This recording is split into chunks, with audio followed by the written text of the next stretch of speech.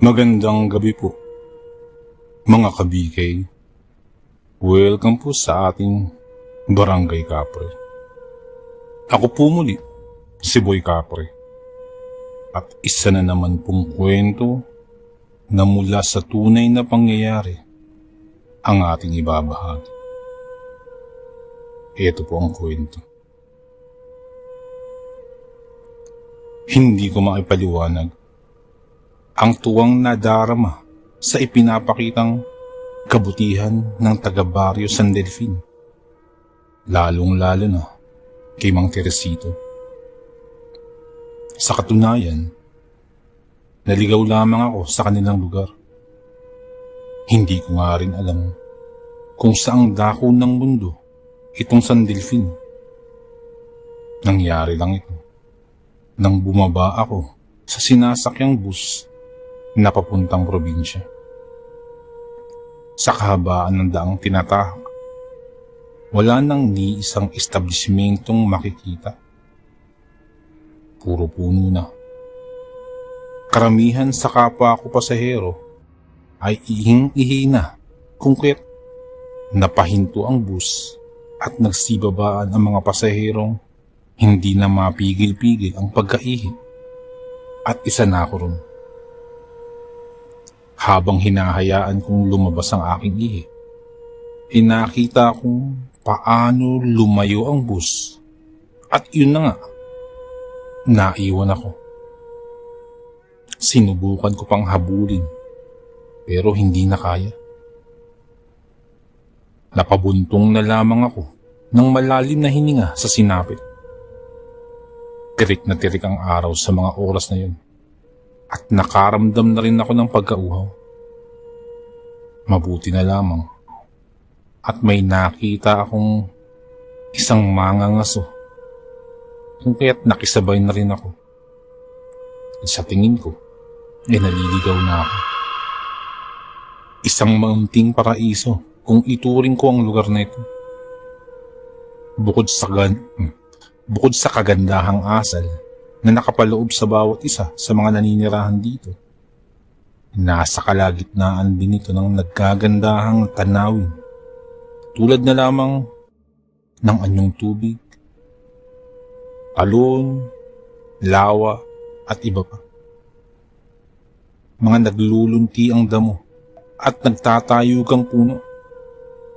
Sagana rin ang kanilang lupain sa iba't ibang pananim, kagaya ng prutas at mga gulay. Bakas din sa mga mukha nila ang kataglayan ng mabuting puso. Iyo, halika na. Magkapunan na tayo. Pagtawag sa akin ni Mang Teresito.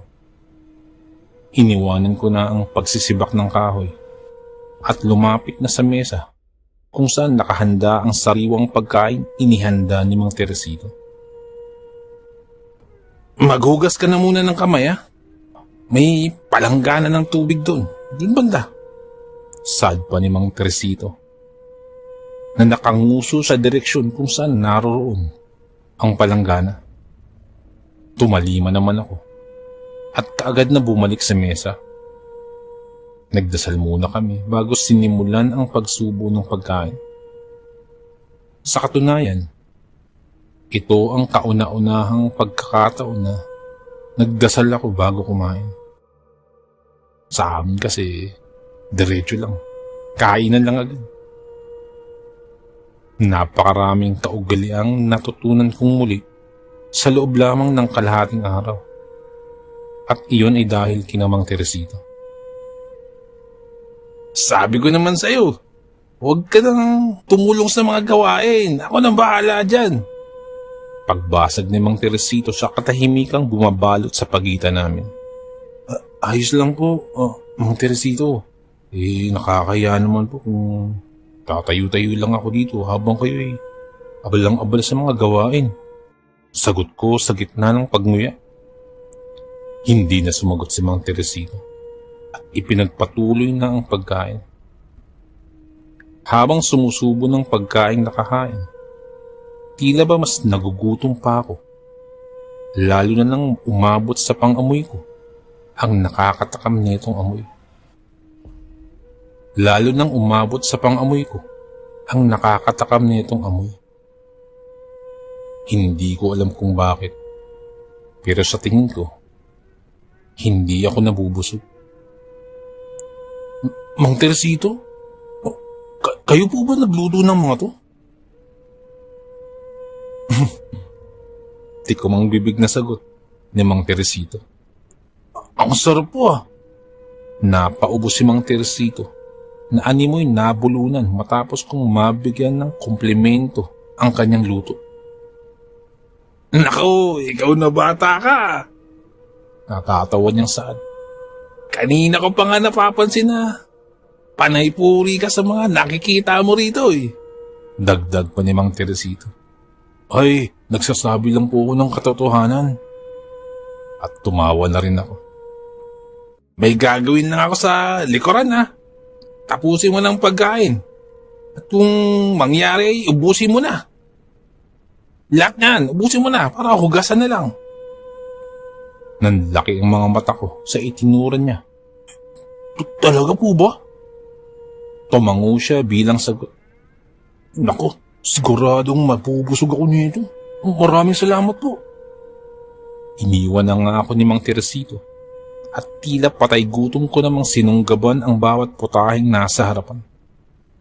Iba't ibang putahe ng gulay at karne na sadyang napakasarap ng timpla. Masasabi ko rin ngayon ko lang natikman ang ganitong klase ng luto na para bang wala ito sa lugar kung saan ako nakatira. Napakaraming karindira sa lugar namin, pero walang ganitong uri ng putahe. Siguro ang mga kinakain ko ngayon, specialty lang ni Mang Teresito. Nasa kalagitnaan ako ng ganadong-ganado sa pagkain.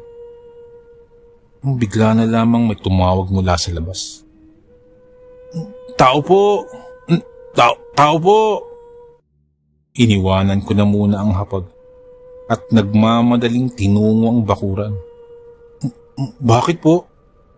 Bungad ko sa 3 taong kaharap, 2 lalaki at 1 babae. Napadako ang tingin ko sa kanilang kabuuan. Parehong nakasuot ng puting pang-itas at kupas na pantalon naman ang pang-ibaba. May bitbit silang kahon na sa tingin ko ay ibibigay nila kay Mang Teresito. Sandali lang ha. Tatawagin ko lang si Mang Teresito. Pagpapaalam ko at saka tumalikod na sa kanila. Teka lang bata. Napahinto naman ako at muling napalingon sa kanila. Bakit po? Pinasadahan ako ng tingin ng lalaking may katangkaran at walang sabi-sabing giniba ang bakod na gawa sa kahoy. At naramdaman ko na lamang na hawak-hawak na niya ako sa aking balikat. Teka! Nagsimula akong mataranta nang hindi naabot ng mga paa ko ang lupa. Napakalakas ng lalaking may hawak sa akin na nakuha pang itaas ako sa ere gamit ang kanyang kanang kamay lamang. Ano ba? Bitawan mo ako! Sinubukan kong magpupumiglas pero nauwi lang sa daing nang higpitan pa niya ang pagkakahawak at bumaon ang kanyang mga kuko sa aking balat. Nakita ko rin kung paano sumilay ang malademonyo niyang ngiti at nanlilisik na mga mata. Sa pagkakataong ito, nakaramdam ako ng takot kung kaya't hindi ko na napigil ang sarili na magsisigaw. Mang Teresito! Tulong! Tulong po! Halos maiyak pa ako nang mas bumaon pa ang mga kuko ng lalaki. Napapikit naman ako sa sobrang sakit na dulot nito. Ilang sandali pa ay napansin ko na lamang ang paghatak ng kung sino sa akin palayo mula sa lalaki. Paeng! Rika! Celso! Ano mang ginagawa ninyo rito? Nakuha niyo pang sakta ng panauhin ko. Galit na tanong ni Mang Teresito sa tatlo. Sa tingin ko, hindi nalalayo ang agwat ng edad ko sa tatlo. Halos magkakasing edad lang kami, siguro sa tingin ko. Pero talo ako sa laki ng kanilang katawan. Patawad po, pinuno. Nakayo kong hinging paumanhin nung isang lalaki. Sumunod naman sa kanya ang kasama nito. Ikaw, Celso, hindi ka ba hihingi ng tawad sa ginawa mo? Baling ni Mang Teresito sa lalaking nanakit sa akin. Makikitaan ng disgusto ang lalaki habang iniyuko ang kanyang ulo at binigkas ang mga salitang, paumanhin po, pinuno. Nag-isang linya naman ang mga kilay ko sa narinig. Bakit kaya? Bakit tinawag na pinuno ang tatlong ito, si Mang Teresito? Mga katanungang naglalaro sa aking isipan. Hindi ko gusto ang biglaang pagpunta nyo rito sa aking tahanan. Lalong-lalo na ang ginawa niyong pananakit sa bisita kong sinolan. Tinapunan ako ng tingin ni Mang Teresito at tiningnan ko rin siya pabalik. Pumasok ka na muna. Kakausapin ko lang tong mga pamangkin ko. Pabulong na saad ni Mang Teresito sa akin. Dali-dali naman akong sumunod sa kanyang utos. Nakakatakot din kasi ang presensya ng tatlong yun. Na tila ba may kasalanan ako sa kanila. Sobrang lalim ng titig na ipinukol nila sa akin. Dumiretso na ako sa kusina nang makapasok sa bahay. At tatapusin ko na lamang ang naudlot kong pagkain. Kinabukasan, katanghaliang tapat na nang ako'y magising. Nahihiyaman nagmarcha ako palapit kay Mang Teresito na abalang-abala na sa paghahanda ng tanghalian sa kusina. Habang papalapit ako, hindi ko mapigilang magutom sa hatid na amoy ng kanyang niluluto. Mabuti at gising ka na, Nolan! Magandang tanghali sa'yo. Masiglang bati ni Mang Teresito. Magandang tanghali din po. Pasensya na po ha. Pasensya na kung... Nako! Nako, ayos lang. Huwag mo nang pansinin. Panauhin kita. Kaya ayos lang kahit gabihin ka pa ng gising. Pabirong saad ni Mang Teresito. Napangiti na lamang ako at nagpresenta ng tutulong sa ginagawa niya. Ako na ang naghanda sa mesa habang hindi pa tapos sa pagluluto si Mang Teresito. Hinugasan ko na lang din ang iilang piraso ng plato sa lababo. Pagkatapos ay pinunasan ng mga bintana at iba pa niyang kagamitan. Habang ginagawa ang mga gawaing bahay, panay naman sa pag-awat si Mang Teresito. Sabi niya, hindi ko naman daw kailangan gawin ang mga yun kasi nga raw bisita niya ako. Nang maayos na ang lahat-lahat at sakto ring tapos na sa pagluluto si Mang Teresito, pinagsaluhan ulit namin ang kanyang mga luto at kagaya nung una ko tong natikman, natatakam pa rin ako. Siya nga pala, Mang Teresito. Saan po bang daan pabalik? Papunta ng lungsod ng Sorsogon. Bakit? Maikling tugon niya habang ngumungaya. Ay, gusto ko na po kasi sanang bumalik. Sagot ko naman. Bahagya pa akong nagulat nang tabigi na Mang Teresito ang baso ng tubig at umalingaw-ngaw ang pagbasag nito. Direktang napatingin naman ako kay Mang Teresito na sa puntong yun ay parang nagdilim ang kanyang muka. Sa pagkakataong ito, tila ba ibang katauhan na ang nakikita ko. Napahigpit ang kapit ko sa suot na pantalon nang ang mga mata niya'y naging mapupulang nanlilisik.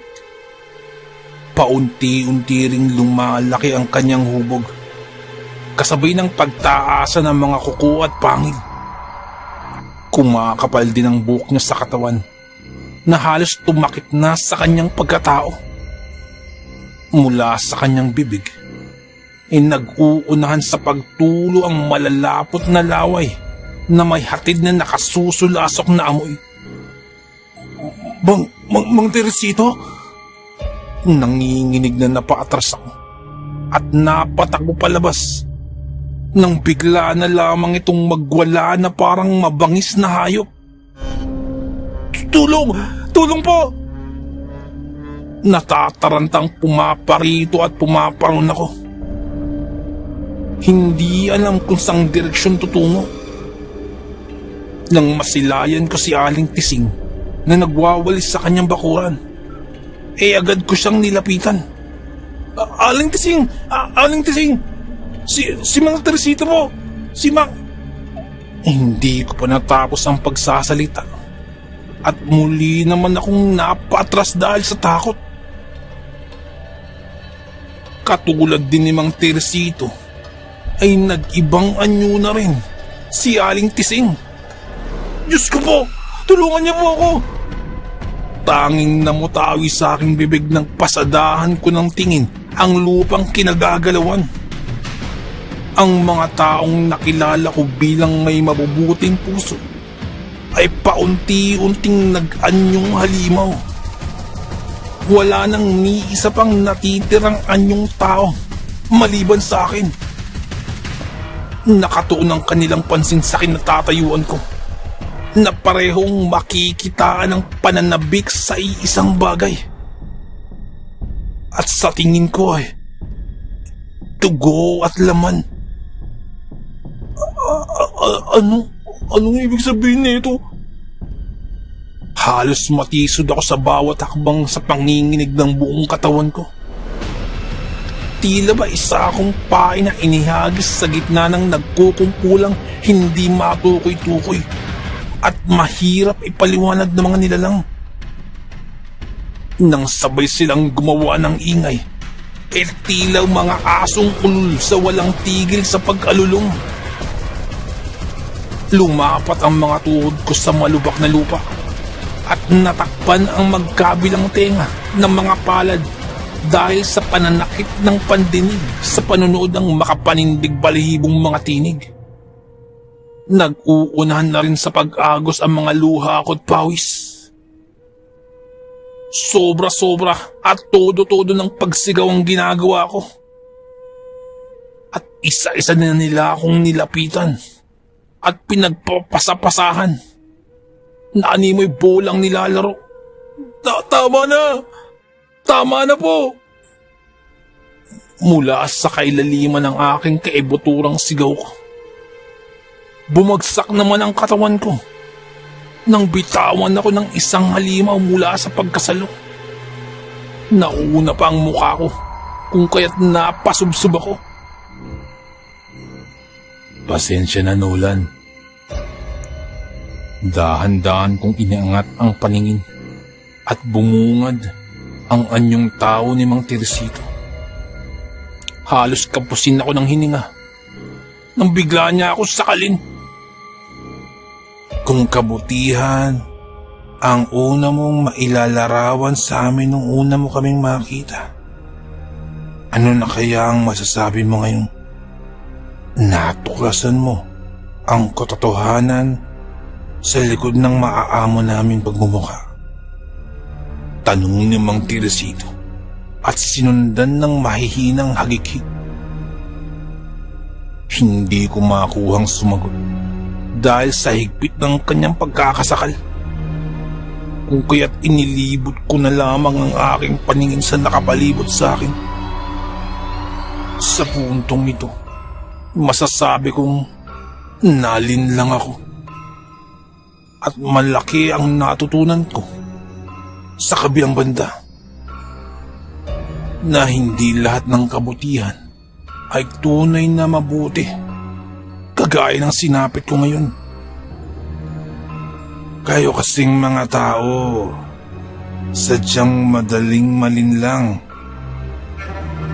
Kaya hindi na bago sa amin ang kagaya mo, Nolan. Tumirik na ang mga mata ko, kasabay ng pagbagsakan ng pawis at luha dahil sa paunti-unti nang nawawala ang aking hininga. Para sa huli kong salita, Nolan, ang mga katulad mo, para sa amin ay laman tiyan lamang. Nanlaki ang mga mata ko, kasabay ng pag-awang ng bibig sa pagbaon ng matutulis na kuko sa aking tiyan. Sa pagtalsikan ng aking dugo, patungo sa kung saan siya namang pagsilay ng ngiting tagumpay ng mga halimaw na nakapaligid. Nagmistula silang wagi sa isang himagsikan sa walang katapusang kasiyahang kanilang natamasa.